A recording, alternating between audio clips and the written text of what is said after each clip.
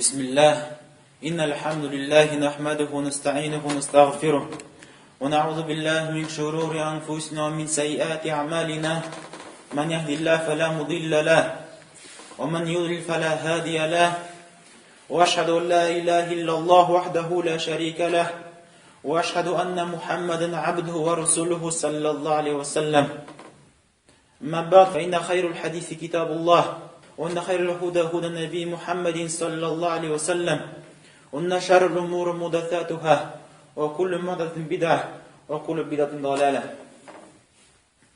Bütün maqtovlarga loyiqli bo'lgan Alloh taolaga maqto aytamiz, uni zo'rlaymiz, uni buyuklaymiz, ham g'iybatlarimizni o'ngina topshiramiz.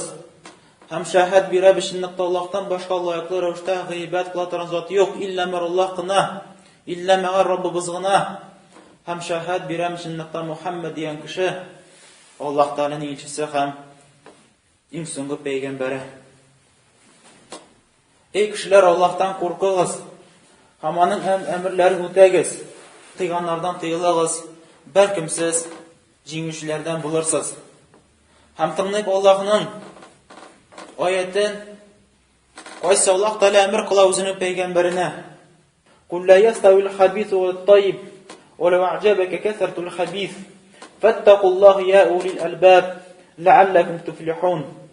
Ey Allohning elchisi, ayt kishilarga, shundan nosharlik bilan yaxshilik bir tegiz bo'lmas. Hatto nosharlikning ko'pligi seni g'ajablantirsa-da. Allohdan qo'rqingiz, ey aqlga ega bo'lgan, o'yli fikrli bila turgan kishilar, balkim siz jingarsiz, balkim siz o'ngishga erishirsiz, balkim jannatlarga erishirsiz. Qara'z qardoshlarim, Alloh taolo nig'tib ayta, nosharlik bilan yaxshilik bir tegiz tugul. Alloh qoshida ular bir darajada tugul. Hatto bizning ko'z oldimizda, hatto bizning yashagan o'rinlarimizda, hatto bizning tira-yunda nosharlikning ko'pligi bizni g'ajablantirsa-da. Nosharlik shu qali ko'p ortdi, ul dinda bo'lsinmi, ul dunyo sharida bo'lsinmi, u kishining o'zlarida bo'lsinmi, shu qali ul nosharliklar ko'p ortdi, hatto mana bizni oldanmasin. Oldanmasin bizning tira yoqdagi nosharlik ul bizga yaxshilik ettirib ko'rinmasin. Ham bu Allohning hikmatidan. Alloh taolo shunga aytib, qo'ma qarshi ibrlarni yasadi. Qo'ma qarshi bo'lgan ibrlarni borliqqa keltirdi. Bu turmushda albatta uning hikmati zo'r. Chunki Alloh taolo bir oyatda aytadi: "Allazi xalaqal mauta wal hayata liyabluwakum ayyukum ahsanu amala va huval azizul g'afur." Alloh shunday zot, qaysi tirini ham o'limni borliqqa keltirdi, hatto bilir uchun sizning orangizda qaysigiz eng izgi, eng yaxshi amal qilar, ham ul buyuk ham g'afur etuvchi zot. E'tibor beringiz, Alloh taolo aytmadi eng ko'p amal qiluvchi, balki aytdi eng yaxshi amal qiluvchi sizning orangizda kim ekan bilir uchun. Hatto u amallaring az bo'lsa-da, lekin Alloh qo'shida eng yaxshi bo'lsin, eng tartibli bo'lsin, Allohga qarshi ixlosli bo'lsin, ham payg'ambarimiz Muhammad sallallohu alayhi vasallamning ishlariga to'g'ri kelsin. Ham Alloh taolaning borliqqa keltiruvi, qo'ma qarshi bo'lgan ayblarni borliqqa keltiruvi albatta uning hikmati zo'r. Qo'ma qarshi bo'lgan aybar nosharlik ham, yaxshilik, izgilik ham, buzuqlik, mu'minlarni ham kafirlarni zarar tegizuvchi aybrlar ham, foyda tegizuvchi aybrlar, mana bular butun usida borliqqa keltirildi. Alloh taolo o'zining qullarini sinar uchun. Ham bu oyatda Alloh taolo bizga xabar beradi. O'sha qo'ma qarshi aybrlarni borliqqa keltirgach, u xabar beradi, lekin biligiz, nosharlik bilan yaxshilik ular bir darajada tugul. Chunki nosharlik ona faqat ziyonina, ammo yaxshi aybrdan ondan foyda o'ziga ham boshqalarga. Hatto bu nosharlikni motor deb bizasalarda, u baribir nosharlik o'z nosharligida qoladi. Hatto u nosharlikni boshqa ismlar bilan ismlasalarda, u nosharlik baribir o'z aslida, o'z ismida qoladi. Ham shuning uchun Alloh taolo boshqa oyatlarda amr qilar. Müminләргә, мөселманнарга бу начарлыкларны яшермәскә, ачык итеп күрсәтергә, чөнки ни кызганыч, күп кеше алданган начарлыкны яхшы итеп күрә башлаган. Менә бу аятта без укыдык. Бу аятта Аллаһ Тәгалә әйткәндә, начарлык белән яхшылык бер түгел дигәндә, әлбәттә монда бу яхшылык һәм начарлык дигән сүз ул кешеләргә дә кагыла. Ул гамәлләргә дә кагыла, ул сүзләргә дә кагыла, ул мал-мөлкәткә дә кагыла һәм ашау белән эчүгә дә кагыла. Әйдәгез карыйк Аллаһның аятларын, ничек Аллаһ Тәгалә моның турында иркенрәк иттереп безгә хәбәр бирә. Аллаһ Тәгалә әйтә: "Фәмән кана муъминан каман кана фасиқа ла ястаун." Әллә мөмин кеше фасик бузык кылучы кеше белән бер булырлармы? Әллә мөмин кеше кафир белән бер булырмы? Бер тигез, бер дәрәҗәдә булырлармы? Юк ди, алар бер тигез булмаслар. Икенче аятта Аллаһ Тәгалә хәбәр бирә: "Ам наҗалул лазина аману ва амилус салихати кал муфсидин фил ард, ам наҗалул муттақин кал фуджар." Әллә без иман китерүче бәндәләрне, изгелек кылучы бәндәләрне җир өстендә бузыклык кыла торган кешеләр белән бер дәрәҗәдә куярбызмы? Әллә без муттақиннарны, Аллаһтан куркучыларны бузыклык, гунах кылып йөрүчеләр белән бер дәрәҗәдә куярбызмы? Тагы Аллаһ Тәгалә әйтә: "Ам хасибаллазина иштараху as-sayyi'at an naj'alahum kalladhina amanu wa 'amilus salihat sawa'an mahyahum wa mamatuhum sa'a ma yahkumun." Әллә алар уйлыйлармы? Әллә гунах кылучы кешеләр уйлыйлармы? Менә кем гунах кыла икән, көне-төне гунахка чумган икән, аларда менә шундый фикер. Һәм Аллаһ Тәгалә аларның фикерләрен безгә ачып күрсәтә. Гунах кылырга җөррәт иткән кешеләр, әллә алар уйлыйлармы? Иман китерүче бәндәләрне, изгелек кылучы бәндәләрне без ул гунах кылган кешеләр белән бер дәрәҗәгә куярбызмы? Бу тормышта да, ягъни яшәгән вакытта да алар әллә бер дәрәҗә булырлармы? Һәм үлгән вакытта да әллә алар бер дәрәҗәдә булырлармы? Әлбәттә, кардәшләр, бер дәрәҗәдә түгелләр. Дөнья тормышында Аллаһ Тәгалә аера мөминнәрне, кафирләрне, бузык кылучы кешеләрне һәм үлгәндә бигрәк таера. Бигрәк таера. Үлгән вакытта мөминнәрне Аллаһ Тәгалә иманлы рәвештә, чиста килеш, хәерле халәтендә Аллаһ Тәгалә аларның җаннарын ала. Әмма ләкин бу бузык кешеләр нинди начар хәлләрдә үләләр һәм бигрәк тә ахирәттә инде аерылып торачак кем икәнлеген сәма яхкумун. Һәм ничек алар начар уйлыйлар ди Аллаһ Тәгалә әйтә. Каранчык Аллаһ Тәгалә хәбәр бирә, ничек начар уйлау ди мөминнәрне, бузык кешеләрне бер дәрәҗәгә кую. Тагы Аллаһ Тәгалә әйтә: "Ла ястави асхабун нар ва асхабул җаннah, асхабул җаннати хумул фаизун." Җәннәт әһелләре белән җәһәннәм әһелләре бер түгелләр, бер дәрәҗәдә түгелләр. Җәннәт әһелләре бит алар җиңүчеләр. Тагы Аллаһ Тәгалә әйтә: "Афанаж'алул муслимина кал муҗримин, ма лакум кайфа тахкумун." Әллә без мусламаннарны бузык кылучылар белән бер дәрәҗәгә куярбызмы? Һәм ничек алар начар уйлар? Ма лакум кайфа тахкумун. Ничек сез шундый хөкемгә килә алдыгыз? Ничек шулай уйлый алдыгыз сез? Ничек бу бит әле үзебезнең акыл белән уйлап караганда да бу акылга да туры килми. Кем изгелек кыла, яхшылыкка омтыла, хәйрлекләр эшли, әллә ул бер тигез булырмы бузыклыклар кылып йөрүче белән? Әлбәттә, бу бер тигез түгел. Һәм бирәк тә Аллаһ Тәгалә ул гадил. Аллаһның исеме бар Ал-Адил, һәм ул гадиллеген Аллаһ Тәгалә урнаштыра. Һәм Аллаһның гадиллегеннән әлбәттә бузык кеше белән хәйрле кеше, изгелекләр кылучы кеше белән әлбәттә алар бер тигез түгел Аллаһ кашында. Менә жаңа без аятларны укыдык. Бер тигез түгел бузыклык кылучылар белән яхшылык кылучылар арасында әлбәттә тигезлек юк. Шулай Аллаһ Тәгалә тигезләми гамәлләрдә дә. Аллаһ Тәгалә тигезләми изе гамәлләрне һәм начар гамәлләрне тигезләми. Иншалла Аллаһ Тәгалә әйтә: "Ла тастауил хасанату ва ла саййа." Изгелек әлбәттә бер тигез түгел начарлык белән. Изе гамәлләр әлбәттә начар гамәлләр белән бер дәрәҗәдә түгел. Һәм шулай ук бер тигез түгел начарлык һәм яхшылык сүзләрдә дә. Иншалла Аллаһ Тәгалә әйтә: "Алам тара кайфа дарабаллаһу мәсәлән калиматан таййиба ка шаҗаратин таййиба, аслуха сабитун ва фарруха фис-сама." Әллә син күрмәдеңме, ничек Аллаһ Тәгалә мисал китерә? Ничек Аллаһ Тәгалә мисал китерә яхшы сүз белән Һәм яхшы сүз ул яхшы агач шикелле, ул яхшы агач тамыры белән җиргә каты урнашкан һәм аның ботаклары өскә күтәрелгән. Тути укулаха куллу хин биизни раббиха. Аның Раббысының рөхсәте белән ул агачның җимешләре һәр вакытта да, ягъни кашан Аллаһ Тәгалә тели, һәр вакытта да биреп тора үзенең җимешләрен.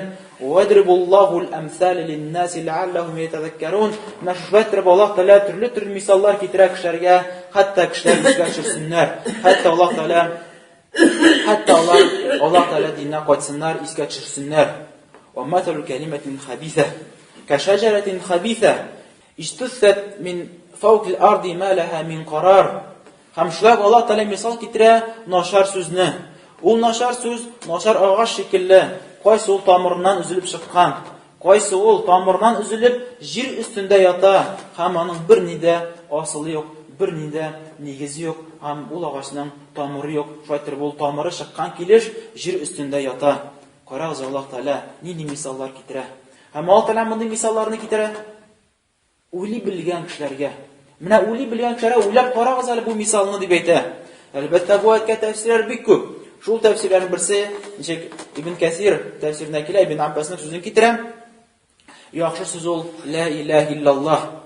Һәм яхшы агач ул мөмин кеше ди. Ул агачның тамыры җиргә нык катып беркеткән дигән сүзнең мәгънәсе шушы ла илаһа иллаллаһ. Аллаһка булган ышану мөминнең йөрәгенә бик каты урнашкан.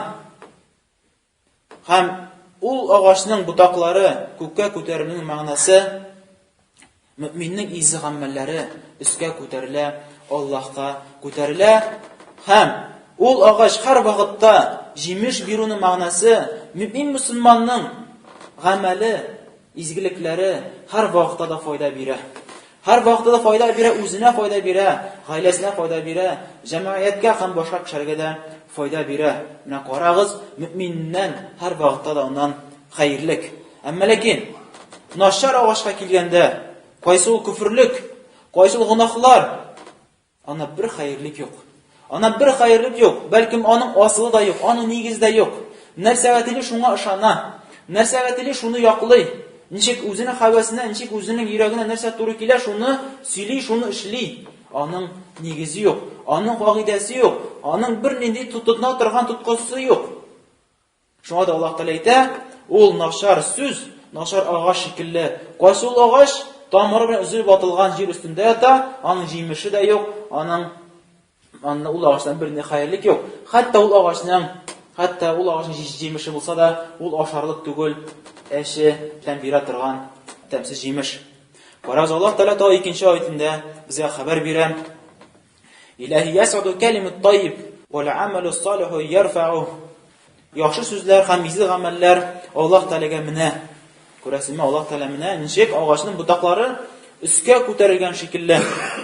Валлази ямкурун сайyiat лахум азабун шадид ва макру улаика хува ябур.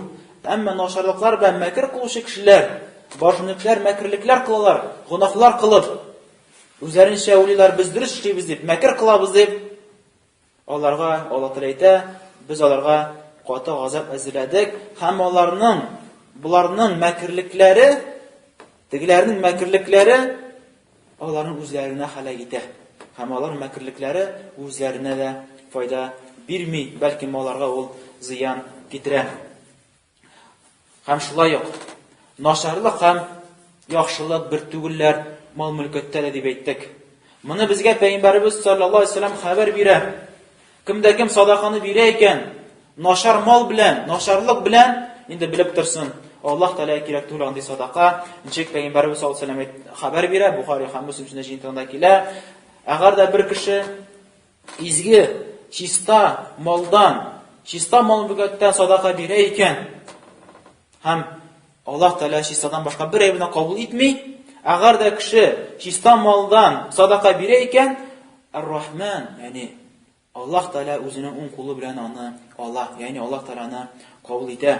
Шулай Муслим риваятендә Пәйгамбәрбез саллаллаһу алейһи ва саллям әйтә: намаз кабул булмый илля мәр чиста килешкенә, тәһарәтлек килешкенә намаз кабул кылына, һәм садака кабул булмый урлаучы кешедән. Монда Пәйгамбәрбез саллаллаһу алейһи ва саллям галул дигән сүзне куллана. Гарил ул дәүләтнең мал-мөлкәтен урлау. Бирәк тә ул кулланыла сүз. Кашан мөселманнарга кафирләрнең байлыклары калгач, ул байлыклар күчә дәүләткә, нар дәүләт үзе бүлә ул мал-мөлкәтне, кеше дәүләткә күрсәтмичә, ул мал-мөлкәтне үзенә алып кала. Һәм Пәйгамбәрбез саллаллаһу алейһи ва сәлләм әйтә, менә шундый кешеләрнең, шундый малны Аллаһ Тәгалә ул кешенең садакасын кабул итми. Һәм шулай ук начарлык һәм яхшылык бер тигез түгел ашауда һәм эчүдә. Аллаһ Тәгалә әйтә: "Ва юхиллу лахум ат-таййибат ва юхарриму алейхим ал-хабаис." Ул Аллаһ Тәгалә сезгә чиста, халал ризыкларны халал кылды һәм сезгә начар, харам булган, кабахат, нәҗис булган ризыкларны Аллаһ Тәгалә сезгә харам кылды. Һәм моның турында Абу Хурайрадан килә, Пәйгамбәрбез Мөхәммәд саллаллаһу алейһи ва сәлләм әйтә: "Инналлаһа таййиб", чынлыкта Аллаһ Тәгалә чиста. Һәм ул чисталыгына кабул кыла. Аллаһ Тәгалә үзе чиста булгач, ул пычракны кабул итми. Ул бузык әйберне кабул итми. Ул фақат чиста әйберне кабул кыла. Һәм Аллаһ Тәгалә әмер кылды мөэминнәргә, пәйгамбәрләргә әмер кылган әйберне. Һәм Аллаһ Тәгалә әйтә: "Эйюхар расул, кулу минат-таййибат ва амалус-салиха". Эй расуллар, эй минем илчеләрем, ашагыз чиста әйберне һәм изгелекләр кылыгыз. Аллаһ Тәгалә икенче аятында әйтә: "Эйюхаллазина аману кулу мин-таййибат ма разакнакум вашкуру лиллах ин кунтум ияһу таъбудун". Иман китергән бәндәләр, чиста ризыклар гына, халал ризыклар гына ашагыз. Без сезгә ризыкландырган чиста ризыкларны гына ашагыз һәм Аллаһ Тәгаләгә шөкр итегез, агар да сез аңа, ягъни Аллаһ Тәгаләгә гыйбат кыла торган булсагыз. Шулай ук Пәйгамбәрбез саллаллаһу алейһи ва сәлләм икенче хадисендә хәбәр бирә. Бер ир кеше турында, ул ир кеше сәфәрдә, һәм аның башындагы чәче тузган, аның киемнәре тузанга баткан, һәм ул ике кулларын күккә күтәреп әйтә: "И Раббым", дип Аллаһ Тәгаләгә дугалар кыла. Әмма ләкин Пәйгамбәрбез хәбәр бирә, аның ашаган ризыгы харам, эчкән суы харам, киенгән киеме харам, һәм бүтән ризыгы харам белән тулган. Ничек соң Аллаһ Тәгалә ул кешегә җавап кайтарсын? Ничек соң инде Аллаһ Тәгалә аның дугаларын кабул итсен?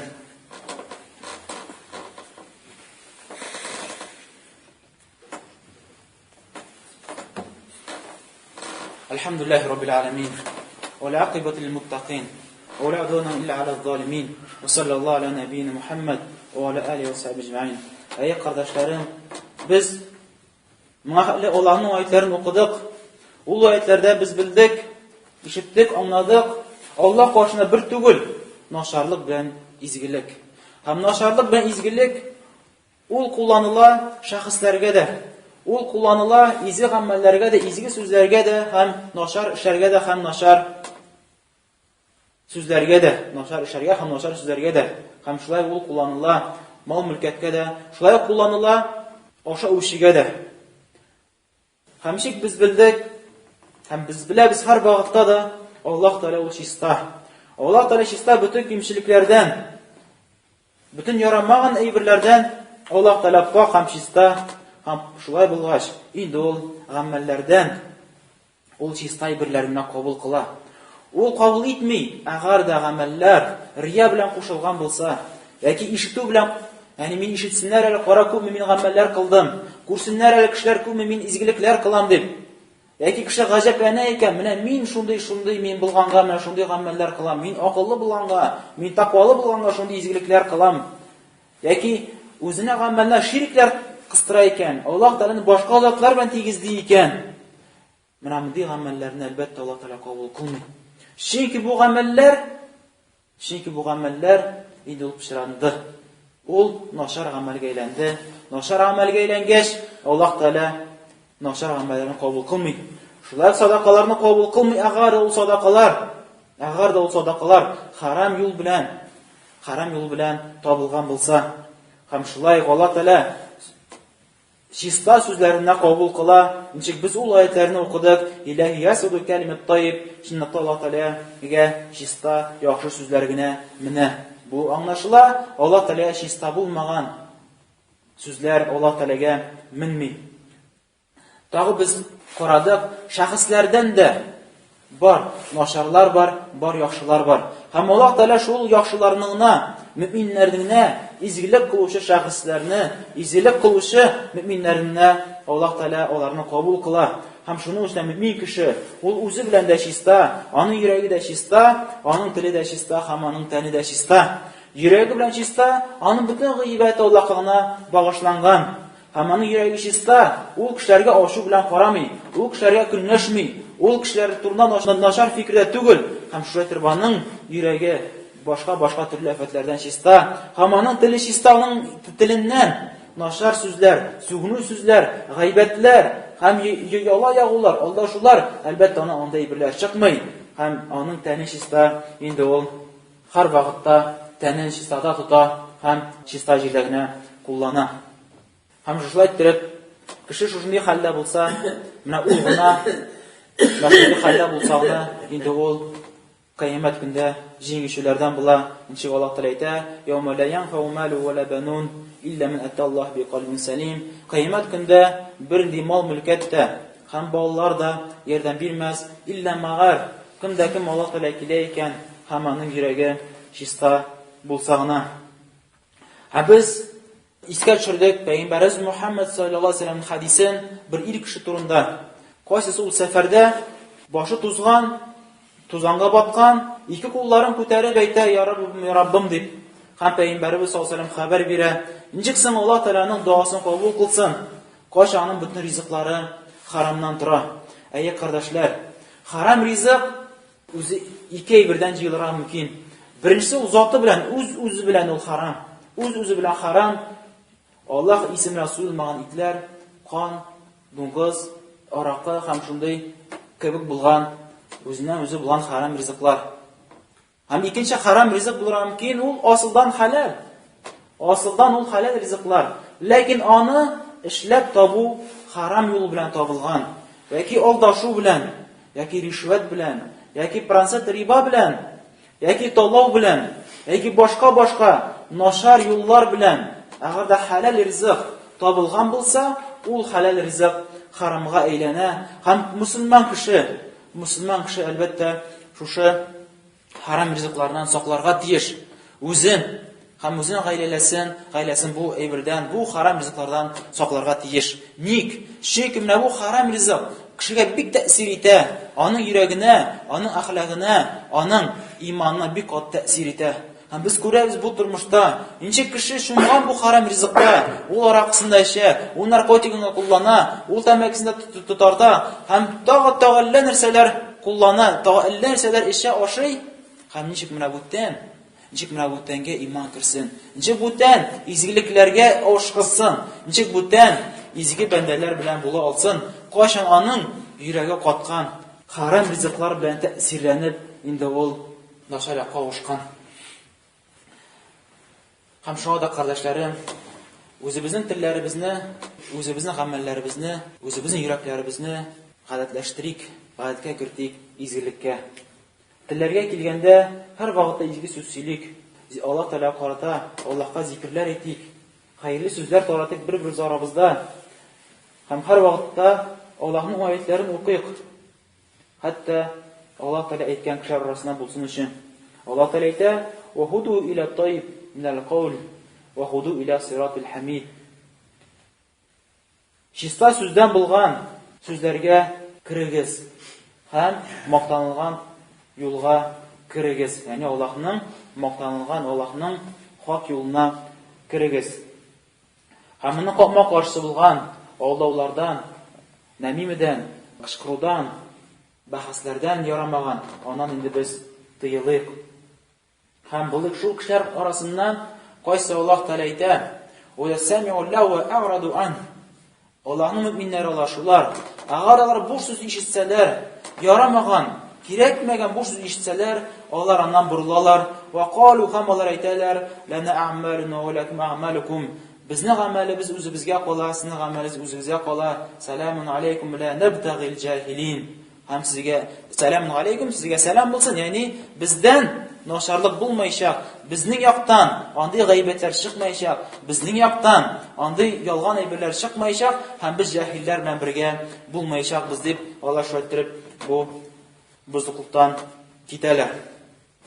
Шулай тыңлыйк Аллаһның икенче аятын. Вә юхаллазина мину ла тухарриму таййибат, иман китергән бәндәләр.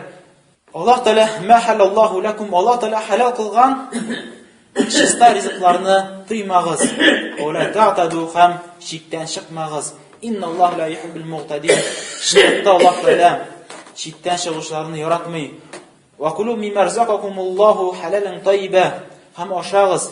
Аллаһ Тәала сезгә халал биргән ризыкларны. Ваттакуллаһ, Аллаһтан куркыгыз. Аллази антум бихи муъминун. Аллаһтан куркыгыз. Сез бит ул Аллаһка иман китерүчеләр. Сез бит үзегез әйтәсез, мин Аллаһка иман китердем. Шулай булгач, үзеңнең Аллаһ иман китергән Аллаһтан куркыгыз дип Аллаһ Тәала хәбәр бирә. Шул өчен кардәшләр, әйдәгез бу әйберләрне айрыйк. Чисталыкны, начарлыкны айрыйк. Аллаһ каршында бер булмагач, бездә дә ул әйберләр бер булмасын.